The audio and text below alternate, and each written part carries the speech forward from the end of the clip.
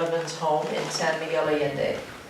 And we want to share with you some of their history over their lives and their commitment to who they are as people in the world as Christians. Would you like to introduce yourselves a little bit, where you've been, where you've come to here? I'm Joelle Donovan, John's wife, obviously, and I grew up in a West Texas town, ranch country, and full of wide open spaces and the sky. And actually, I find the landscape in Mexico so similar to the landscape I grew up in. I was not from a ranching family, but I think that landscape of oak mottes and mesquite trees and nopal maybe formed something in me that is so deep, and this landscape brings that out. And I've been married to John most of my life, so I've been an Episcopal clergy wife for a very long time. And some people say, oh, that must be just a horrible life. You must have to act right all the time. Absolutely not. I never felt like I had to act anyway but who I was.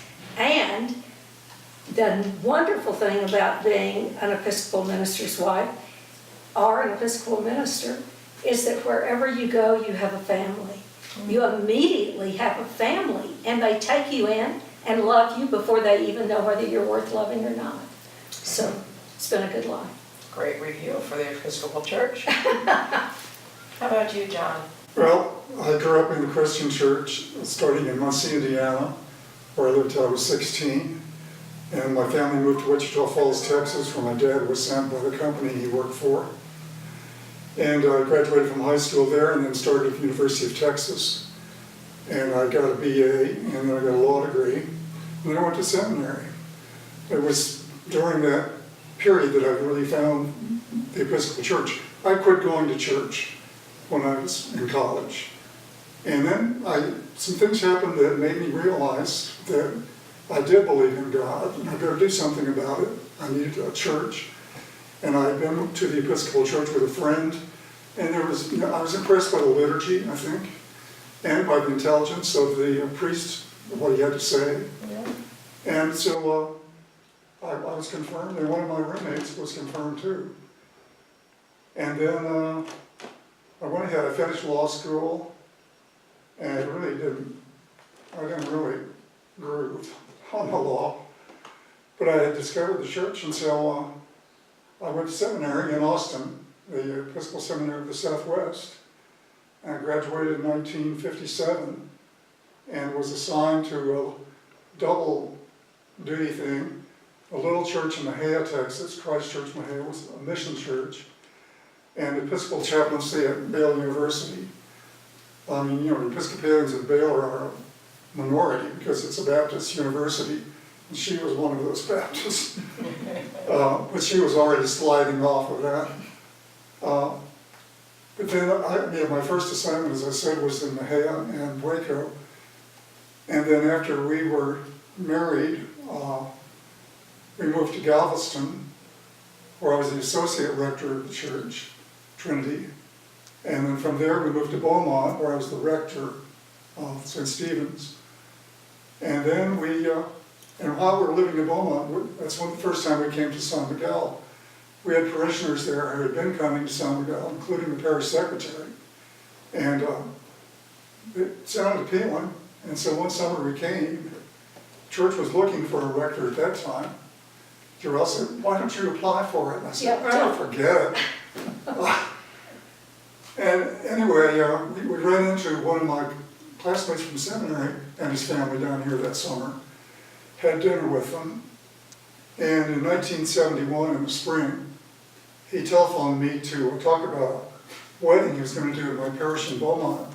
And he said, "By the way, the church in San Miguel is looking for a rector. And they asked me." He said, "I told them I couldn't come, but I knew somebody who might be interested."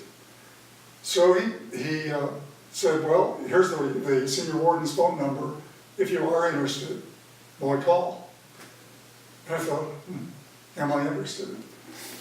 I thought, I'm not gonna tell Joelle, not now, until I'm sure that I want to do this, because she'd be ready to pack her bags.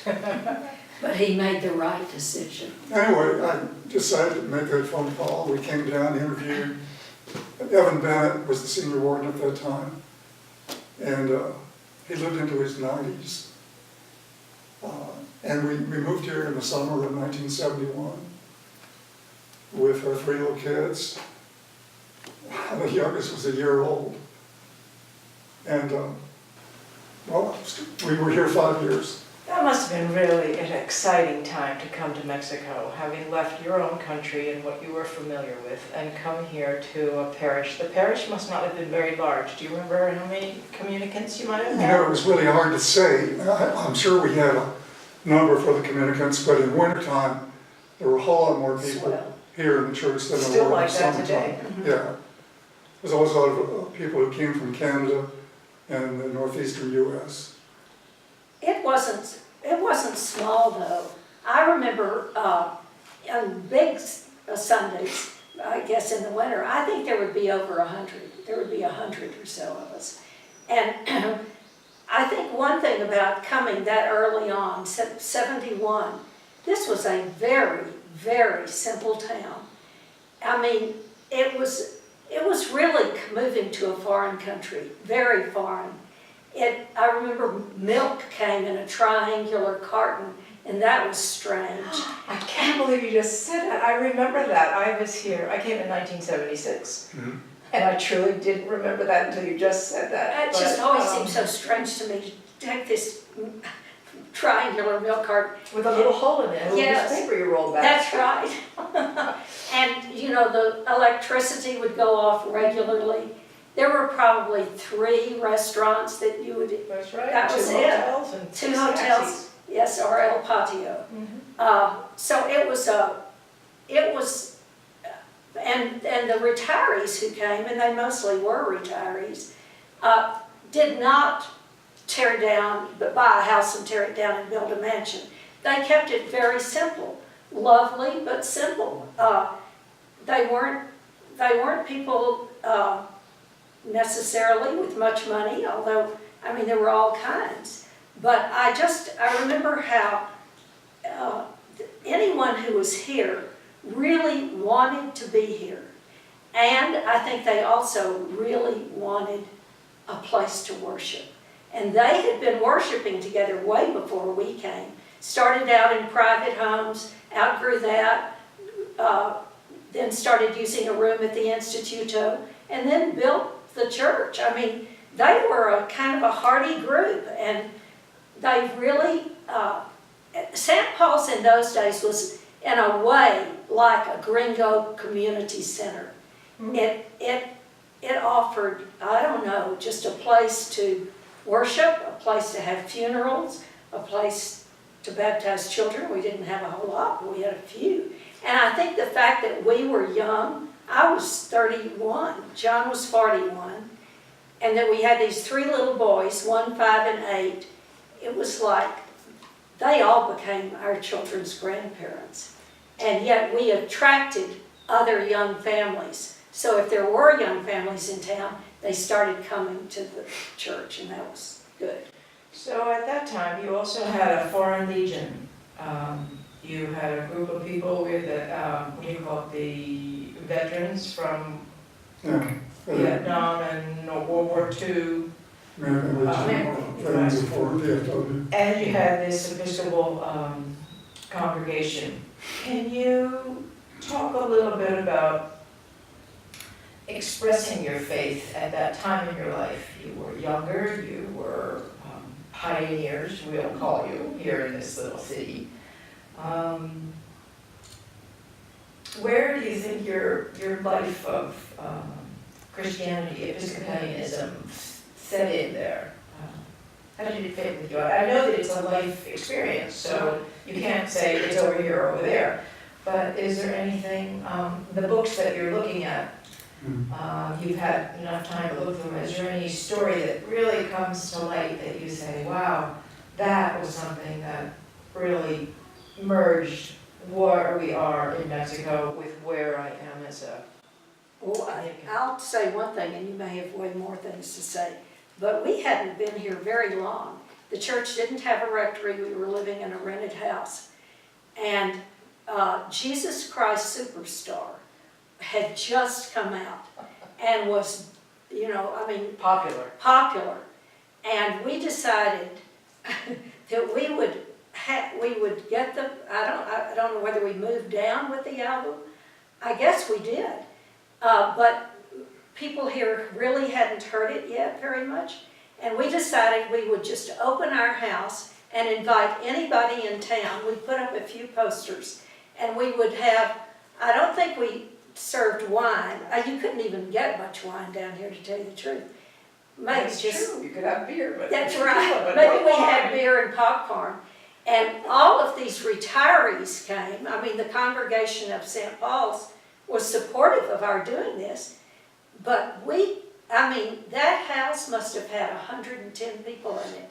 And they were all the sort of hippies and Fun. and I was just amazed that, now we never saw them again necessarily, but it was, I think it was a way to say, well, we're not fuddy-duddies and we're open to whoever wants to join us for whatever we have to offer. And that, brother, they joined us. When we moved here, it was kind of the tail end of the hippie era. There were still quite a lot of people in town, like women who wear long flowered dresses and men with pigtails and all. I mean, not that that's not done even now, but it was kind of characteristic of But the the people that younger were foreign here, element in Somerville in those days. you had your own little Woodstock on that event, have fun. Right. We did. And I remember one character here was Brownie, Justine Brown. Her husband was an Episcopal priest. And they didn't move here for him to be the rector of St. Paul's, but he was an Episcopal priest and he died. I guess died here of a brain tumor, I think. But she was the life of the party, and she sometimes was the organist.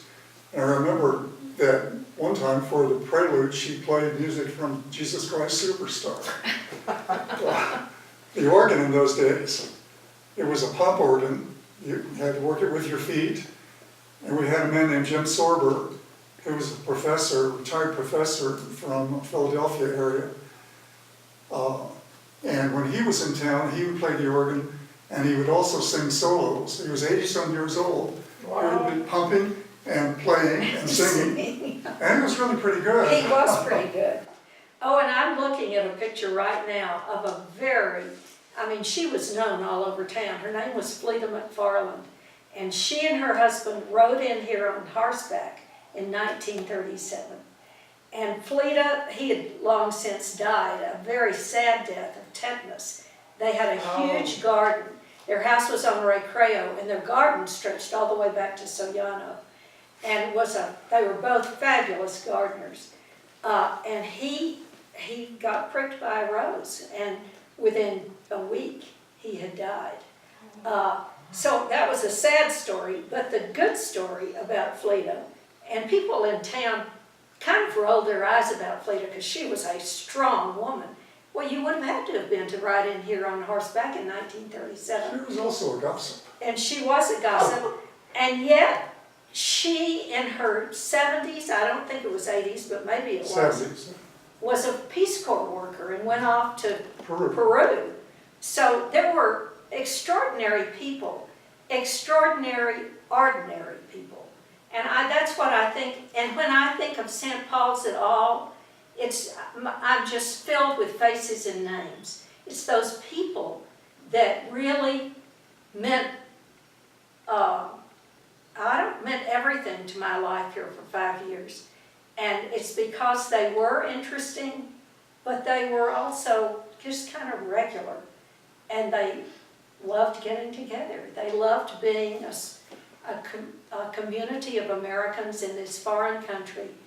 And I think they so appreciated the fact that they had found this. Me too. How lucky did we get to be to come here? Yeah. Somebody once asked the rector of in Florence. There was a man here who had lived in Florence, and he used to tell this story. He said, how did you get this plumbed job? And his response was, Jesus loves me. That was my theme song for 5 years, Jesus loves me. Oh. So, you have obviously had tremendous, wonderful experiences where your faith bloomed and it was shared with other people.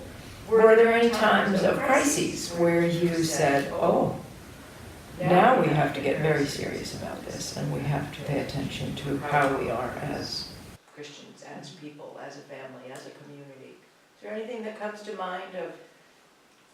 I don't think we had any crises in the congregation's life during that time. I mean, deaths are always a kind of a crisis. Always have been some of those. But we didn't have any big fights within the congregation.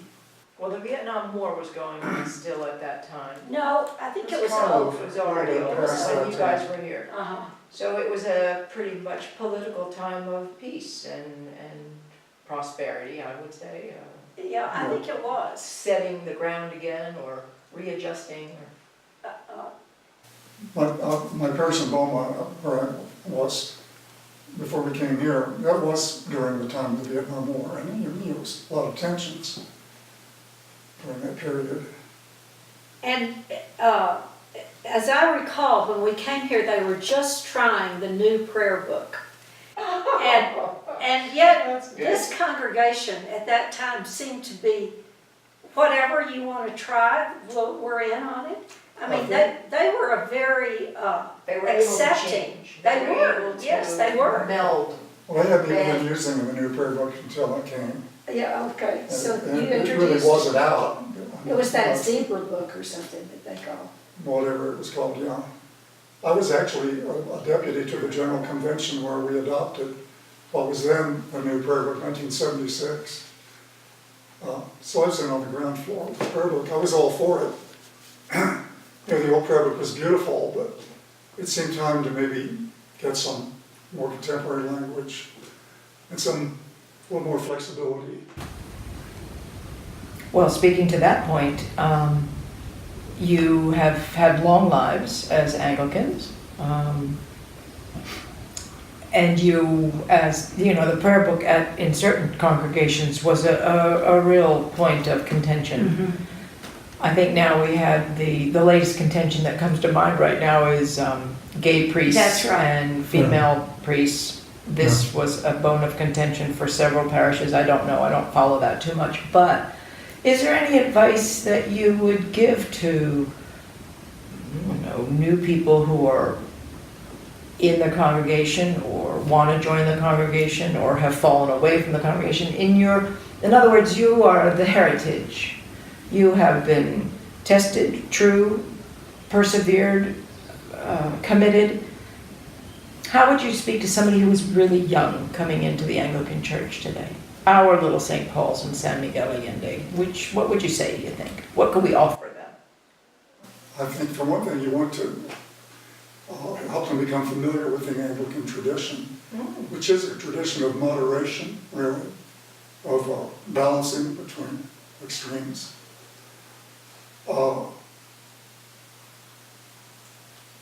You want to have things going on in the congregation that they can be included in, so they begin to feel part of it and take responsibility for various aspects of the parish's life. I mean, I've always been, for one thing, pleased that our tradition leaves a lot of room for your mind.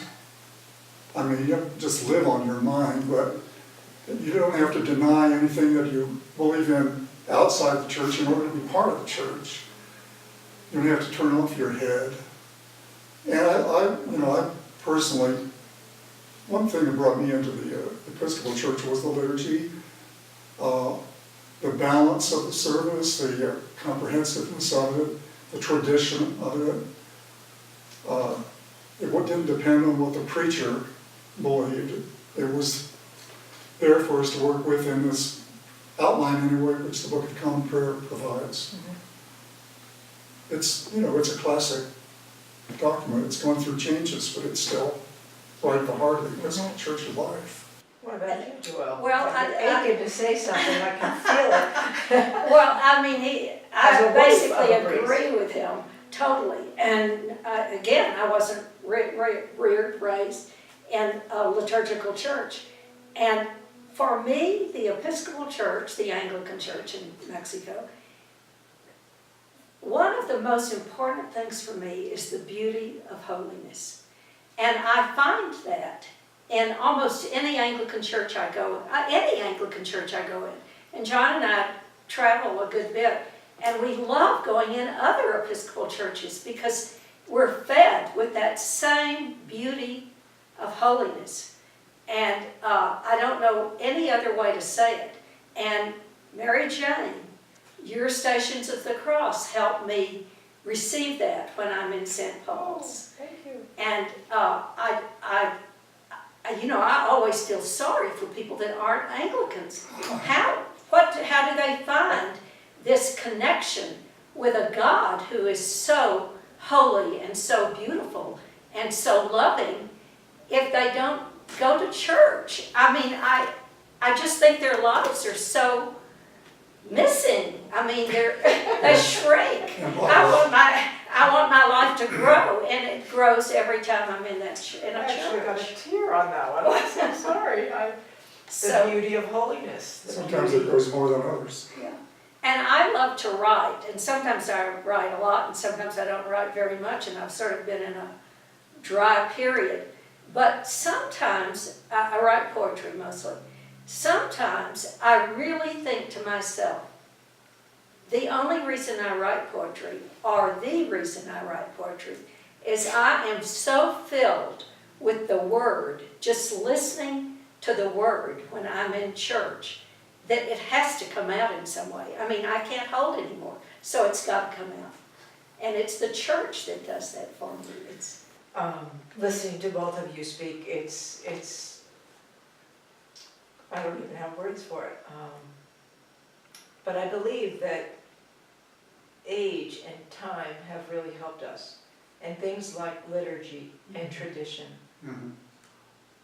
They are, I don't know if they're undervalued. I know that San Miguel's always trying to revive a cultural experience, with our weddings in the streets and the cohetes and the mojigangas and the dancers and the Indians in front of the church and the incense.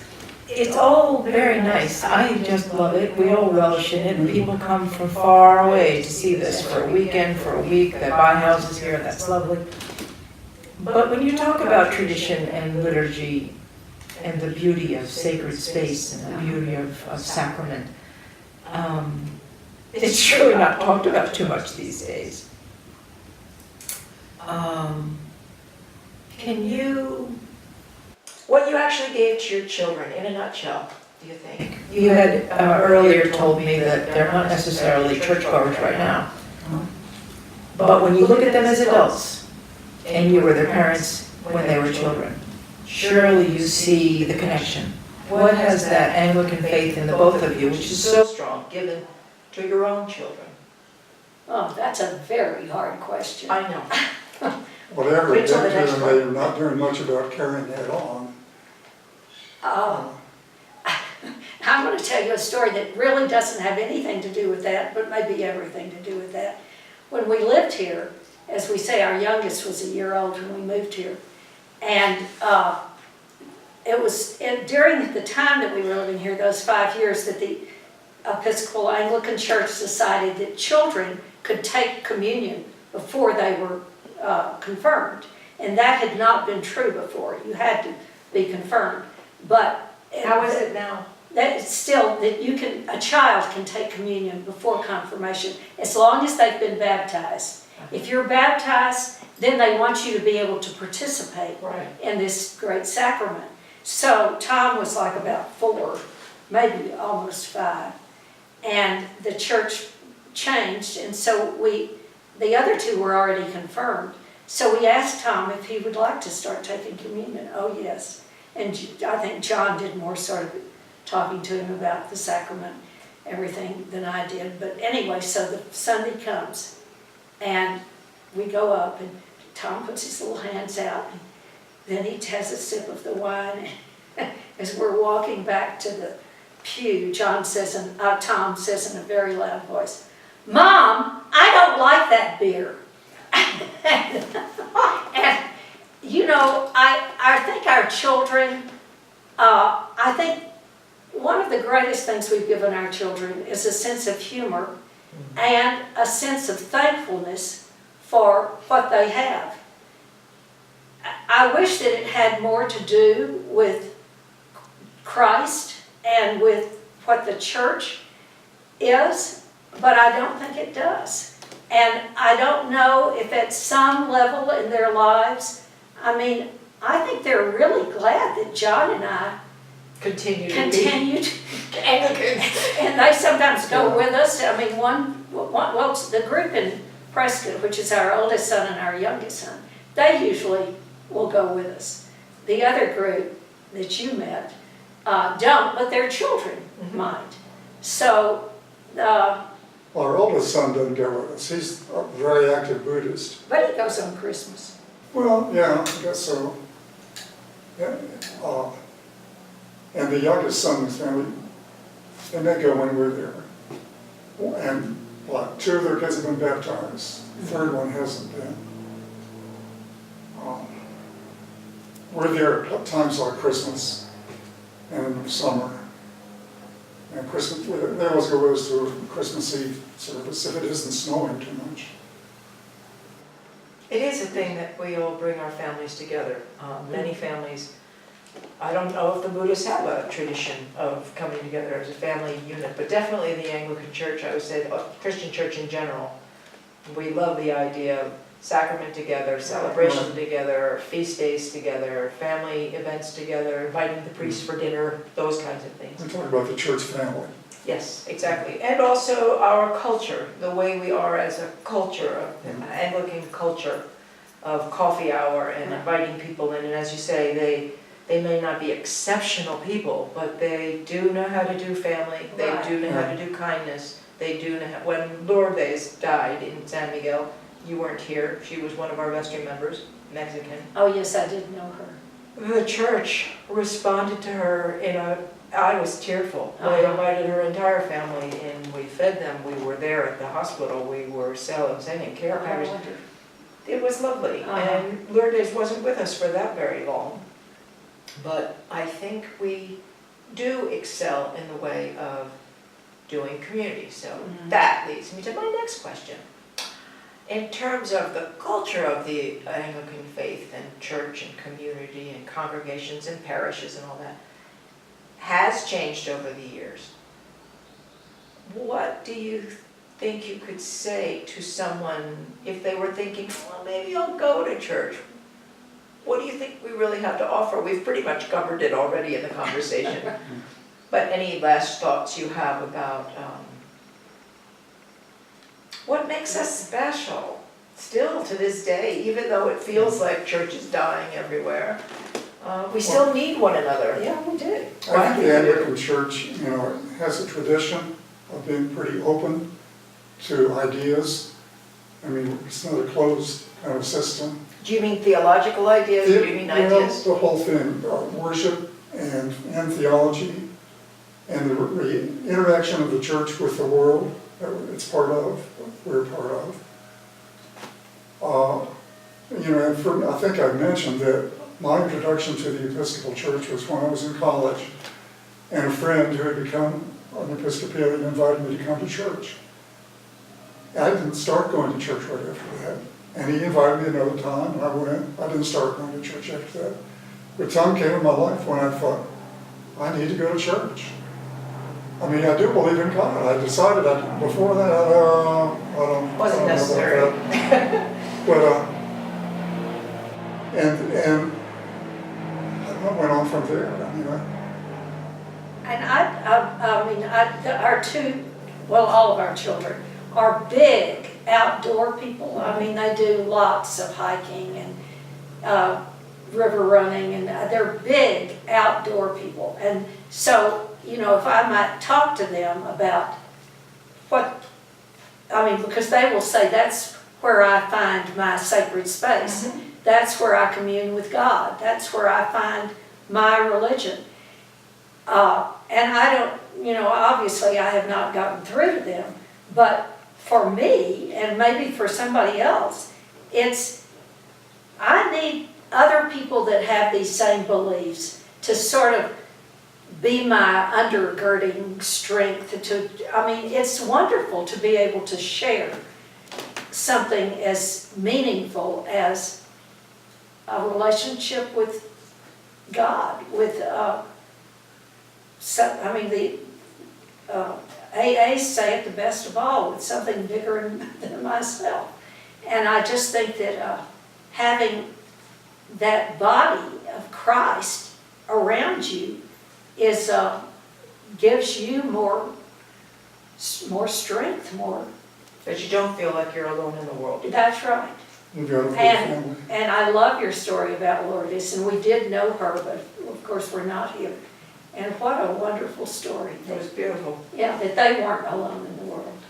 I think we're living in a world full of, iPads and iPhones and MySpace and MySelfie, and I think we live very isolated lives. And I agree with you, Joelle, and you also, John. I don't know how people get through life without a God. Now, it doesn't have to be an Anglican God or a Christian God or anything. But that concept you mentioned about AA, that they know there's something outside of their self. Right.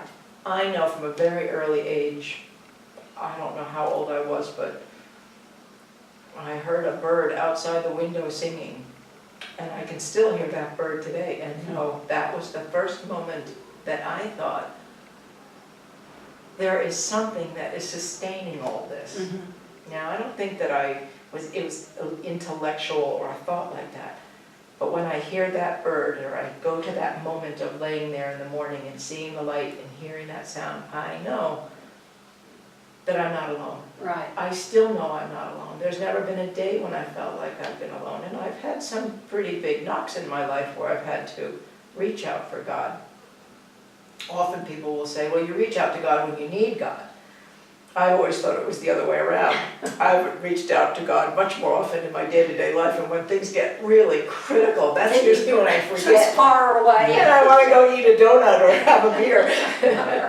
Some other comfort. Can you, I know it's intimate and I'm asking you very personal questions, but is there one moment in your life when you remember either there was a God or I needed God, or that actual hallmark moment? And there are many throughout our lives, I know, but does any particular one come to I mind? think you immediately had that. Yeah, well, I had one when I was in college, where I had really been kind of ugly to a friend. And then I really regretted it, and I was pretty upset. And I remember it was probably the first time that I had prayed as hard as I did. Prayed for forgiveness for myself and for him. And I was very upset, and then I began to kind of quiet down. And the next day I talked to him, and we straightened things out. And he's still a friend. Old like I am. And John's going to be surprised to hear me say this, but I was always extremely close to my mother, she who bought this house. So we canonized her at one point and put a tile on the front that says Casa Santa Catarina. Her name was Catherine. Oh. But Mother was in her 90s, and my sister and I both got calls. We didn't live anywhere close to her to come, that she was in the hospital, and we both went. And she was married. My mother married again when she was 86. He was 68, but older than she in every way except chronologically. Well, anyway, so we go, and I don't even know that we got a diagnosis, but the doctor said, you've got to go find a place. We can't keep her in the hospital. Go to find a nursing home that will take care of her. And we were getting ready to do that one morning. I was in the shower, and I thought, she wants to die at home. Why would we take her to a nursing home? We picked one out. But I got out of the shower and I said, Sue, why don't we get a hospital bed and put it downstairs, and I'm sure we can get some nursing help. And So that's what we did. And I think the doctor had said she's gonna die, so we just thought she was gonna die. Well, she didn't die. And not only did she not die, she became a very angry person.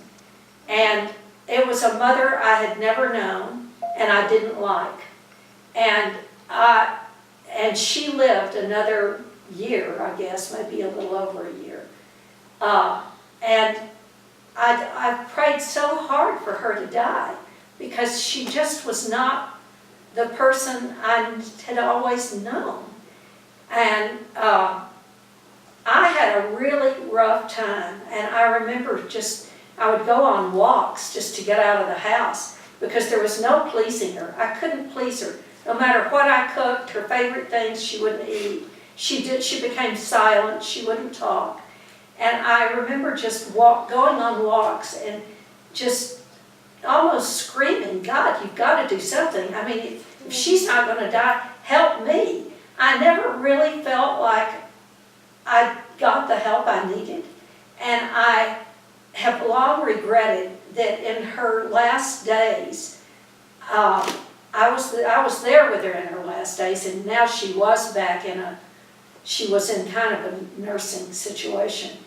But I was so sad that this amazing mother, and she was amazing, an incredible woman that had lived a life bigger than she lived life large. I was so sorry that I couldn't make the connection I wanted to make with her at the end of her life. And I still pray about that a lot. And the only thing that gives me any peace is God keeps saying, you're forgiven, you're forgiven. It was a hard time in my life. One of my strong memories about her mother, we were sitting, Joelle and her sister and her mother and I were sitting around a table in the breakfast room in San Angelo. Where she lived. And I happened to blurt out that we planned to be cremated. Her mother went ballistic. Wow, no, you won't be raised at the last day. So, Well, he got up from the breakfast table to go walk to the Joelle dog. stayed and talked to her mother. I went out, took the dog for a walk. And when I came back, I thought they were still talking, so So he made a little U-turn. We were no longer talking, we were praying, because Mother had said, well, we will never discuss this again. And we will never bring this up again. And I sort of got up from the breakfast table, went and put my arms, behind her, or around her shoulders, and I said, Mother, we may never discuss it again after this, but we're going to discuss it right this minute. Because no matter whether we discuss it or not, you're going to think about it. And I want you to promise me that when you think about this, you'll say a little prayer and ask God to help you accept this. That's what we'll do. We'll pray right now. Sue, come here. My sister, she was washing the dishes. So we all held hands, and Mother had Sue pray first, and then me, and then Mother prayed at the end. And so Sue prayed sort of a short prayer. I prayed sort of a short prayer, and then Mother got started. And Mother prayed about every single thing in her life that had gone wrong. It was a prayer of prayers. And that's when I heard John come in, like a little turn back out. Well, I have to say, this has been a lovely time with you. You have shared, you have been so comfortable with your faith. It's a joy to be here. You're an easy person to respond to, Mary Jane. I don't know. Maybe besides making icons, you could be a professional interviewer. Well, thank you for that. But we're going to say goodbye now, and we want again to thank you so much for being part of our St. Paul's Parish, for being long-standing members, and for having such a lovely life to share. Thank you very much. It's been good, thank you.